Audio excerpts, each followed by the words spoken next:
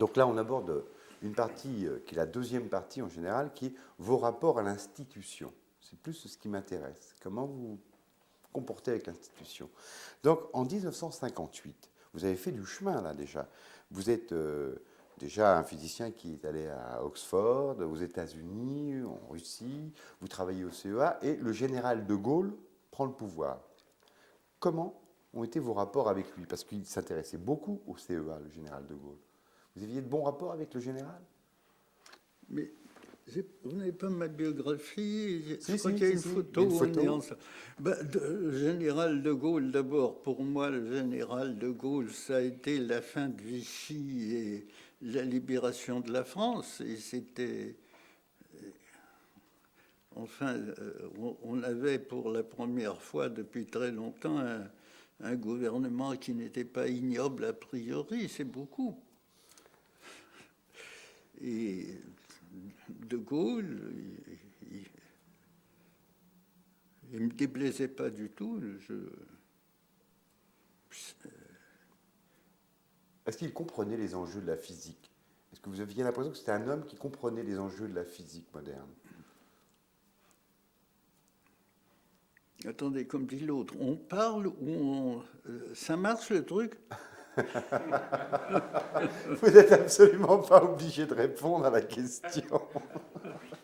Non, mais non, Non, non. ça tourne, là. On n'est pas en conversation, ça tourne. Vous répondez par un no comment, donc. Sur L'intérêt du général de Gaulle, parce que, si vous voulez, par rapport à d'autres chefs d'État, il a quand même réussi, il réunit un conseil des sages pour décider des priorités de recherche en biologie, en atome. Et vous, en tant que physicien, vous aviez l'impression que les politiques, pour ne pas parler de Gaulle, à cette époque, avaient compris l'importance du CEA, l'importance du CERN. Ou c'était... De Gaulle, je crois que dans le CEA, ce qu'il a vu, c'était la bombe. Je crois. Pas les centrales, pas l'énergie, pas les questions d'énergie, c'était pas ça, c'était la bombe. Peut-être, mais enfin, je crois que ça le préoccupait moins. Je crois il voulait l'indépendance de la France. Il voyait dans la bombe un moyen de rendre la France indépendante. Et vous, à l'époque? Moi, j'ai jamais été contre la bombe. En 62, pourtant, vous déclinez la direction et les honneurs d'un grand département du commissariat à l'énergie atomique. Vous préférez attendre 1965 pour postuler en tant que directeur de la physique et vous consacrer à la physique des particules. Pourquoi ce choix? Pourquoi vous n'avez pas continué tout simplement au CEA? Tout simplement, si vous voulez, au CEA, il y avait un système, c'est que il fallait commander si on ne voulait pas être commandé. Donc c'était difficile. C'était en gros ça. Et puis, non, il y avait plus que ça. Il y avait le fait que j'étais, par exemple, la physique des particules, j'ai commencé à m'y intéresser vraiment à partir du moment où j'ai eu sous mon autorité les physiciens des particules. Et je me suis dit, c'est pas possible que je leur signe des ordres de mission si je ne comprends pas ce qu'ils font. Enfin, en gros. Et puis c'est bien, c'est intéressant. Alors là, en même temps, dans ces années-là, entre 58 et 62, en fait, en 58, vous êtes élu au Collège de France, quand même. C'est pas un détail. Alors, c'est pas facile du tout d'être élu au Collège de France. Comment ça s'est passé? Il y a eu des jeux de cooptation, c'était compliqué ou c'est arrivé comme ça? Je me suis dit que le Collège de France, c'était le genre d'institution qui me plaisait énormément. Vous savez, j'avais été étudiant à la Sorbonne, j'avais une très mauvaise opinion de la Sorbonne. Et j'avais l'impression que le Collège de France, c'était la liberté. Ça vous permettait de voir des gens intéressants. Et puis il y a autre chose, ça me donnait aussi la liberté, une certaine liberté par rapport au CEA. c'est que quand j'étais directeur et quand j'étais chef de département, etc., il y avait toujours au-dessus de moi quelqu'un. Il y a eu André Giraud, est-ce que c'est un nom qui vous dit quelque chose? Bon, André Giraud qui est devenu patron du CEA avant d'être devenir patron de l'armée, le ministre de la guerre. Et c'était un homme très énergique et pas bête, mais il était brutal et enfin, il ne comprenait pas très bien comment on dirige la science, c'est certain. Et alors, je me suis dit que au collège, j'aurais la liberté et je n'aurais peut-être pas les moyens que j'avais au CEA sur le plan financier, sur le plan expérimental, mais j'aurais une certaine indépendance. Ça m'avait attiré au Collège de France. Et puis, pourquoi ne pas le dire, la vanité. Francis Perrin avait été professeur au Collège de France, et je m'étais dit, s'il y est, pourquoi pas moi? Alors comment on procède alors? On a envie d'être au Collège de France, on le mérite, comment est-ce qu'on fait? Vous savez, il y a des procédures. Il faut être présenté par quelqu'un qui est déjà dans la place. Et après ça, vous allez faire des visites sans savoir. Vous allez faire Ça, c'est quelque chose que j'ai trouvé très sympathique parce que au Collège de France, on prend ça au sérieux. C'est pas comme les visites comme étaient autrefois les visites à l'académie. C'est pour tout vous dire, ceux qui m'ont le plus intéressé dans ces visites, c'est les littéraires, parce que il fallait faire un petit peu l'exercice que je suis en train de faire avec vous là, d'expliquer ce que l'on veut faire, en quoi ça consiste, etc. Et c'est un terrain vierge. Et comme quelquefois ce sont des gens très intelligents, c'est assez captivant d'essayer de... On exagère peut-être un peu l'importance de ce que l'on fait, mais ça, c'est les règles du jeu. Et les littéraires m'ont beaucoup plus attiré dans mes visites que les scientifiques. Parmi les scientifiques, il y avait le prince Ringuet. Je ne veux pas dire sur lui ce que j'ai dit dans le livre. Il y avait, Francis Perrin, je le connaissais depuis très longtemps. Qu'est-ce qu'il y avait encore? Il y avait Laval. Qui vous a présenté? Qui vous a coopté au départ? Comment? Quel contact aviez-vous au départ avec la personne qui vous a coopté? C'était un littéraire ou c'était un scientifique? Comment coopté? Enfin, disons qu'il vous a permis de... c'est Francis Perrin. Directement. C'est Francis. Je lui ai dit que je voudrais poser ma candidature au collège. Il m'a dit, c'est très bien. Il y avait quelqu'un d'autre qui voulait y faire entrer avant. C'était Hans Halban, qui du reste n'y est pas rentré, parce qu'il a été battu par le prince Ringuet. Et j'ai donc rendu visite à le prince Ringuet, à Jean Laval, aux mathématiciens. Alors les mathématiciens, il y en avait 3. Il y avait Serre, Leray et Mandelbrot. Alors Serre, il m'a accueilli très gentiment. Puis il était mon cadet de 10 ans. Ça, les mathématiciens, c'est des martiens, les mathématiciens. Et je lui ai raconté ce que je faisais. Ça ne l'a pas enthousiasmé du tout. Le prince Ringuet, ça ne...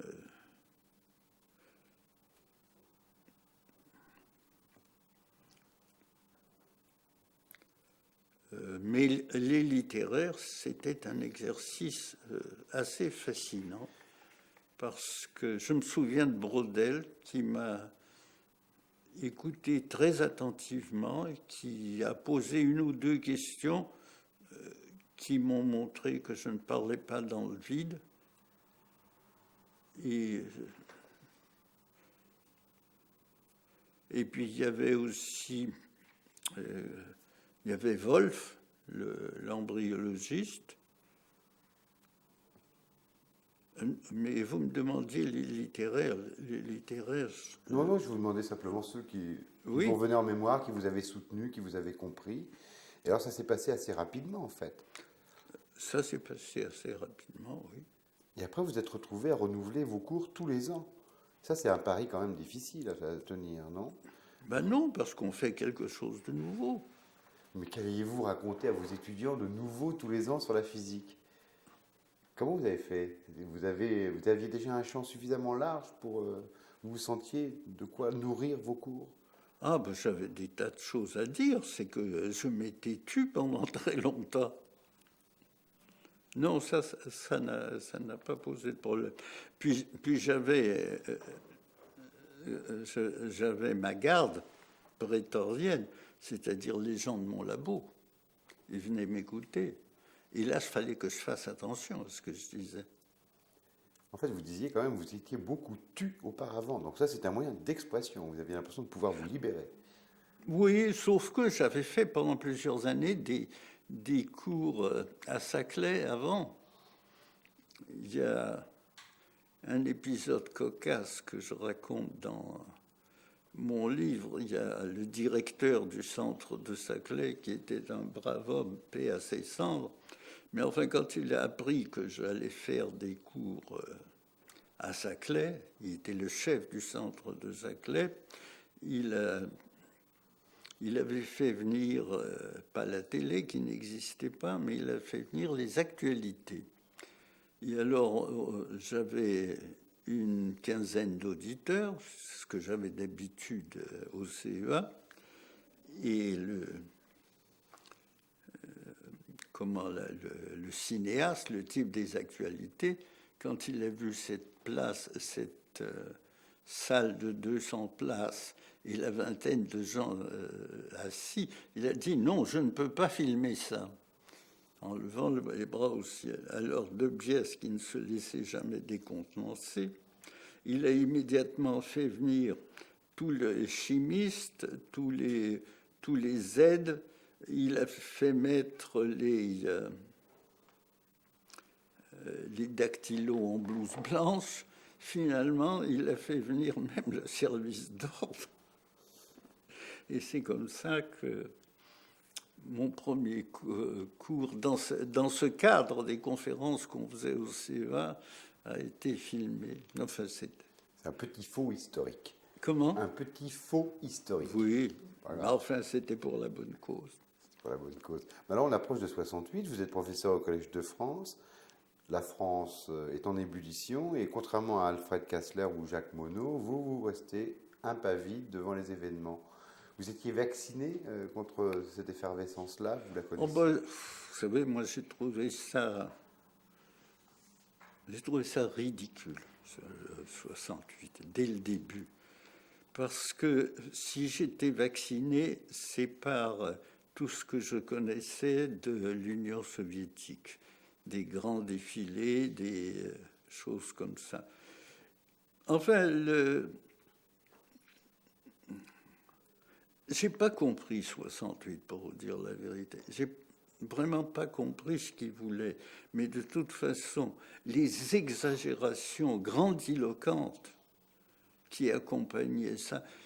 Kassler avait écrit un article dans le Nouvel Obs qui était très... mais on lui avait fait dire « on assassine nos étudiants ». Je me suis dit « mais enfin, on ne les assassine pas, ils brûlent 1 ou 2 autobus, c'est pas grave ». Mais je vais vous dire, au CEA, eh bien, ça avait un petit peu déteint. J'ai organisé des comités. Et le rôle des comités était tout à fait différent des syndicats. Les syndicats s'occupaient des salaires, des conditions de travail. Les comités, leur rôle, c'était de contribuer au fonctionnement des labos. et de faire des suggestions. Et je peux vous donner un exemple précis, où on peut dire c'est dans un sens. On devait construire un appareil qui s'appelait Superstator. C'était un appareil pour la fusion contrôlée. Et de ma place de directeur, j'entendais des bruits là-dessus. J'entendais, il y avait des gens, le chef de service voulait le faire, l'argent était là. Francis Perrin l'avait obtenu. Il avait dit « Je me battrai pour Superstator s'il le faut ». Et ce qui m'inquiétait, c'est qu'il y avait des gens qui n'étaient pas, comment dire, qui n'étaient pas du tout des exaltés, qui disaient que ce projet ne leur plaisait pas beaucoup. Alors j'ai réuni tous ceux qui travaillaient de la fusion. Je leur ai dit, qu'est-ce que vous pensez de ce projet? Si on garde l'argent pour faire autre chose que ça, est-ce que vous seriez d'accord? J'ai fait un vote à bulletin secret qui était parfaitement illégal au CEA. Et ils ont dit, ben non, on ne veut pas de ça. Alors j'ai été voir le directeur financier et je lui ai dit, écoutez, le Superstator, je ne crois pas que ce soit raisonnable. Il m'a dit, mais enfin, j'ai l'argent. Avec le recul, on a eu tort? Comment? Avec le recul, on a eu tort? Non, on a eu raison. Ils étaient dans le vrai. Donc il n'y a rien à regretter. Voilà un exemple auquel je peux penser où mai 68 a joué un rôle positif. Il y a eu des aspects positifs, mais alors les autobus et les CRS-SS, du reste, c'était un moment où nous avions au CEA d'assez mauvais rapports avec le CNRS. D'abord parce qu'on ne parlait que d'eux, on ne parlait jamais de nous, et il n'était pas question de se faire de la réclame, parce que ce qu'on faisait était censé être confidentiel ou secret. Alors entre nous, nous disions CNRS, SS. On parle beaucoup d'ignorance sans en parler, mais là justement, vous avez traité dans une lettre célèbre Jean-Paul Sartre d'analphabète scientifique. Pardon. Ah oui, ça c'est... Je maintiens, je signe. Enfin, je n'ai jamais lu un article plus ridicule que celui-là. Oui, il niait la relativité d'Einstein. Enfin, il parle de choses qu'il ne comprend absolument pas. Enfin, est-ce que je lui parle, moi, d'existentialisme? Et aujourd'hui, vous avez l'impression que les intellectuels, justement, qui sont censés s'exprimer pour exprimer la pensée moderne, ont suffisamment compris la science, parce qu'on a l'impression qu'il y a aussi, pareil, aujourd'hui encore, un fossé énorme entre le discours de nos intellectuels et la réalité de la science. Vous êtes battu pour ça pendant vos cours au collège? C'était un de vos credos de faire passer un message? Ben, si vous voulez, moi, les cours que je faisais, c'était des cours assez sobres. J'enseignais une certaine matière et n'en sortais pas. Je ne considérais pas que c'était mon rôle, ni mon envie de parler du rôle de la science. Il y a des endroits pour ça. C'est pas dans un amphi du collège. J'avais du reste envoyé le texte de ma lettre à Sartre, je l'avais envoyé à Aron, parce que le titre de l'article de Sartre, si je me souviens, s'appelait « Les Bastilles d'Aron ». Et il attaquait Aron d'une façon que je n'approuvais pas. Vous saviez, à l'époque, M. Jean-Paul Sartre avait représenté les mouches devant l'état-major allemand en 1943 à Paris. Sa pièce de théâtre, Les Mouches. Oui, je ne savais pas si c'est Les Mouches, mais je savais qu'il avait... Ah, à Paris, quand il n'était plus prisonnier. Absolument. Ah oui, c'est ça. Mais avant ça, il avait fait une pièce qui avait été jouée dans le camp où il était et qui n'était pas non plus très... Enfin, j'ai envoyé donc une copie de ma lettre à Sartre, à Aron, Il m'a répondu, vous lui avez donné une bonne leçon, il la méritait. Ça vous a conforté. Alors là, on arrive aux années 70, 1970, là. Au CEA, vous ne gardez qu'un poste de directeur de recherche. Oui. Vous êtes conseiller en investissement auprès du CERN, je crois. Vous avez accès aux installations de Saclay.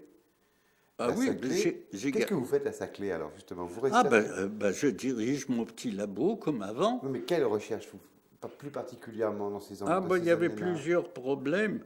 Il y avait un problème qui m'intéressait beaucoup, c'est d'observer le ferromagnétisme, l'antiferromagnétisme nucléaire, les phénomènes coopératifs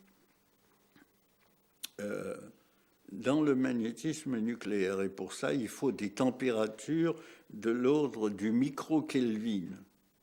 Et bon, eh bien, on avait travaillé là-dessus, on avait une petite équipe.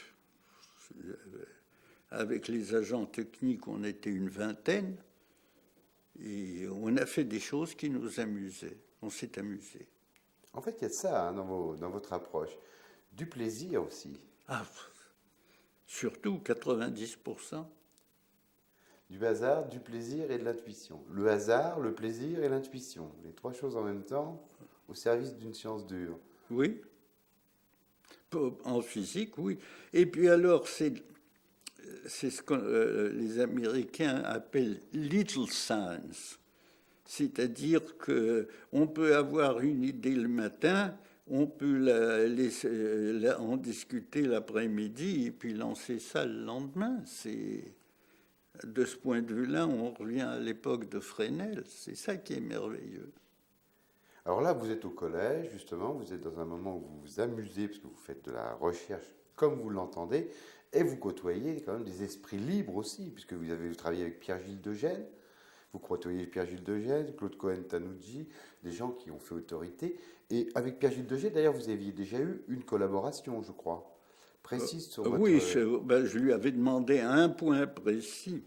Je me souviens, je le raconte dans mon livre, c'est que je l'ai entendu un jour faire un séminaire sur un sujet, peu importe le nom. L'effet Overhauser, c'est comme ça que ça s'appelle, pas du nom de celui.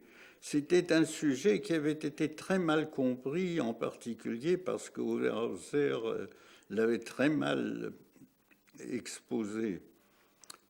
Et j'avais fait un effort pour comprendre ça.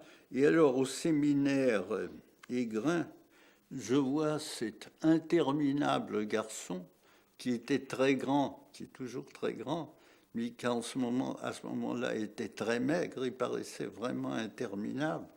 Et je l'ai écouté du début à la fin. Il a tellement bien débrouillé ça que j'ai dit à Aigrin, ce grand dadais, si les cochons ne le mangent pas, il ira loin.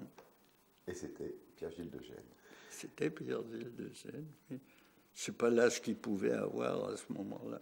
Donc là, vous le retrouvez au collège. Est-ce que vous avez eu l'impression qu'au collège, on pouvait travailler, non pas en pluridisciplinarité, mais en interdisciplinarité, un peu à l'américaine, on se croise au campus, on discute, on échange une idée, on avance. Ça se passait comme ça pour vous? Avec Degène, pas tellement, parce que dès le début, il faisait des choses que je ne comprenais pas bien. Et lui, il ne s'intéressait pas. Mais avec Cohen-Tannoudji, beaucoup. Donc vraiment, ça vous a, disons, permis de potentialiser des intuitions, de rebondir. C'est ça, c'était enrichissant. Et M. Cohen-Tannoudji a pu profiter aussi des échanges. Vous aviez des connaissances qui arrivaient en fait en synergie, on peut dire. Quelquefois, ça... Si vous voulez, on a fait pas mal de choses qui étaient un peu la même chose, mais à une échelle différente. Lui, il opérait avec la lumière, et moi, j'opérais avec des radiofréquences qui c'est la même chose, mais avec des fréquences 1 million de fois plus faibles, ce qui ne va pas sans conséquence. Mais qui, au niveau théorique, ne devrait pas poser problème. Non. Donc, un Erasme du XXIe siècle, parce que quand même, quand on vous lit, vous dites que vous avez un idéal d'honnête homme s'intéressant à tout. Et ça, c'est Erasme, c'est l'honnête homme qui s'intéresse à tout. Mais c'est dangereux pour un chercheur d'essayer d'avoir une ouverture comme ça sur l'ensemble des phénomènes, parce que c'est tellement vaste, tellement complexe. Est-ce que vous n'avez pas l'impression que vous n'auriez pas eu peut-être intérêt avec le recul, hein, à me concentrer sur une obsession de chercheur? Non. Non. Vous êtes heureux d'avoir ouvert. D'abord, j'aurais eu beaucoup moins de plaisir.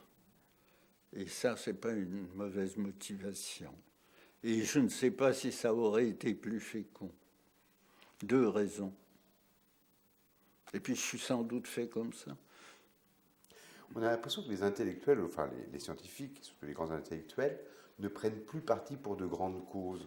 Vous ne l'avez jamais fait non plus. Est-ce que c'est une position de principe ou c'est le hasard? Vous auriez pu prendre parti dans une grande cause un jour ou l'autre, si ça vous avait concerné? Ou c'est un principe que... Ah non, il n'y a pas de principe. J'ai toujours suivi... J'ai longtemps suivi le souci de ma sécurité. Il ne faut pas oublier que jusqu'à ma naturalisation, eh bien, je n'avais aucun droit.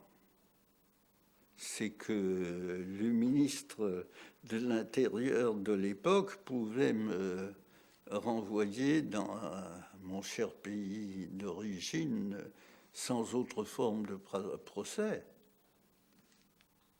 Et vous en seriez mort. Pardon? Vous auriez pu en mourir, en plus. C'était quand même un enjeu vital sous Staline. Oui. Enfin, il y avait toujours une part de danger de ce côté-là. Et puis, bon, par exemple, après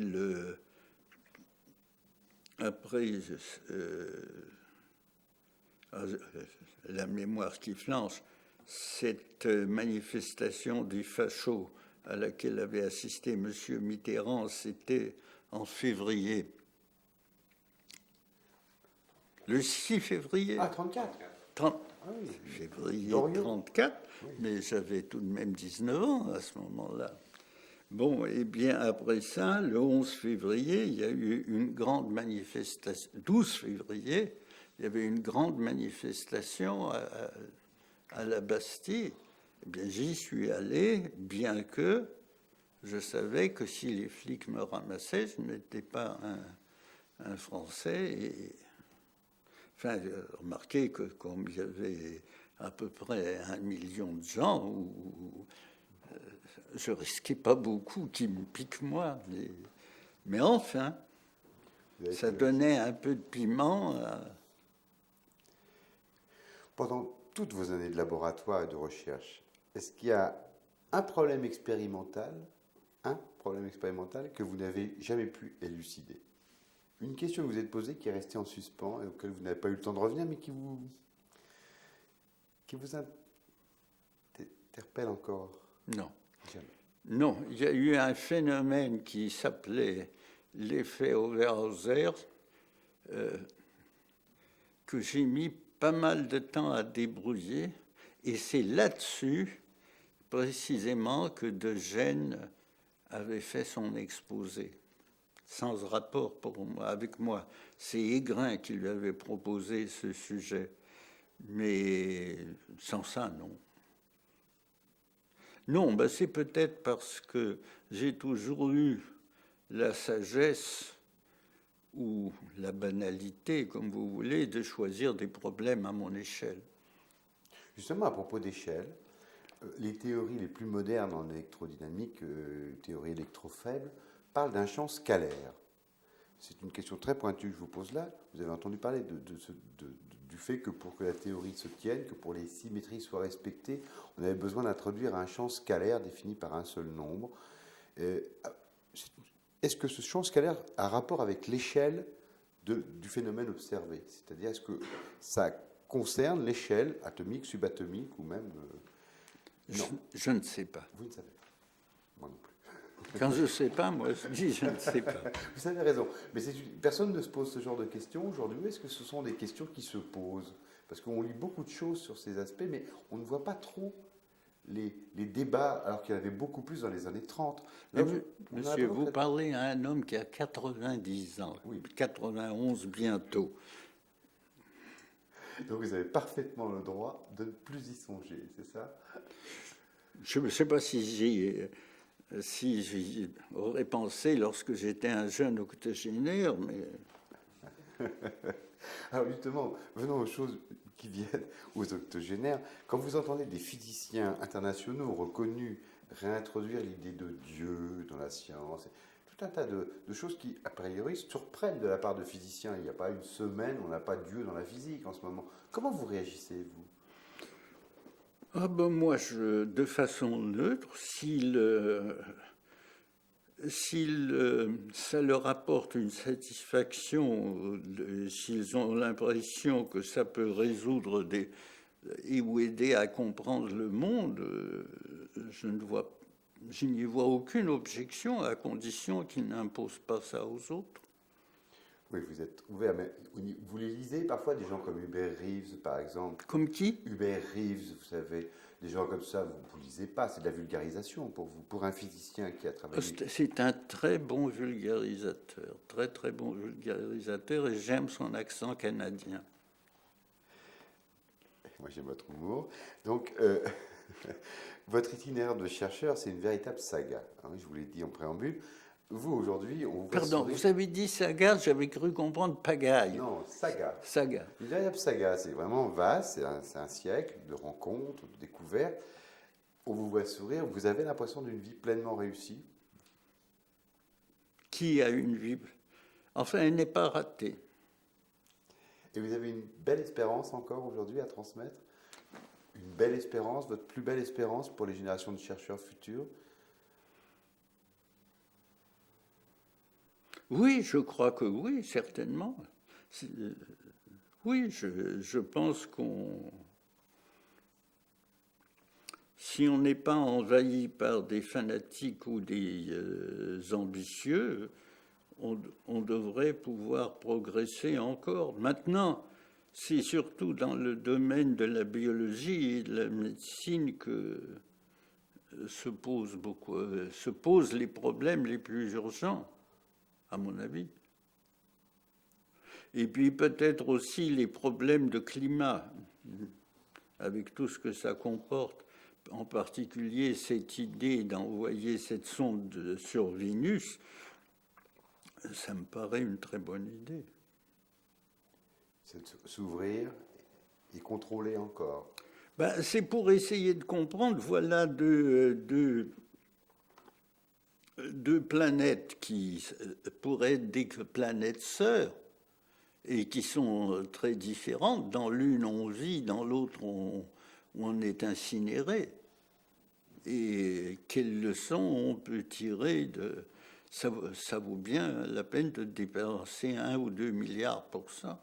Et vous qui vous êtes intéressé toute votre vie au magnétisme, la magnétosphère aujourd'hui, c'est quelque chose qui commence à être mieux compris justement, puisqu'on parle de ces questions d'écologie, tout cet environnement électromagnétique de la planète.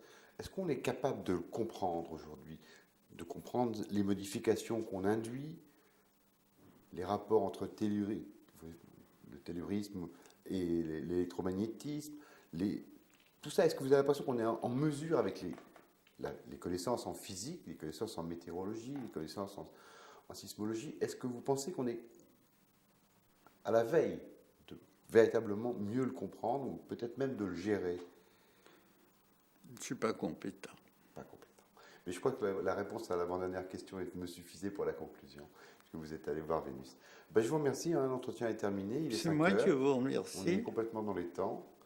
J'espère que la lumière est... Oui, c'est ce que j'ai vu tout à l'heure, ça a baissé. Tu rattrapes ça, Olivia, tu rattrapes. Monsieur, on n'a aucun problème, tout est parfait, le son est bien, le contenu est parfait. Bon, on est dans les temps. alors, c'est votre nom. Graham. Alors, je vais vous le noter, parce qu'on ne vous l'a pas donné. Je n'ai pas de carte de visite sur moi, mais je vais vous noter ça sur... Ça ne s'écrit pas avec un H, parce qu'il y a eu un fameux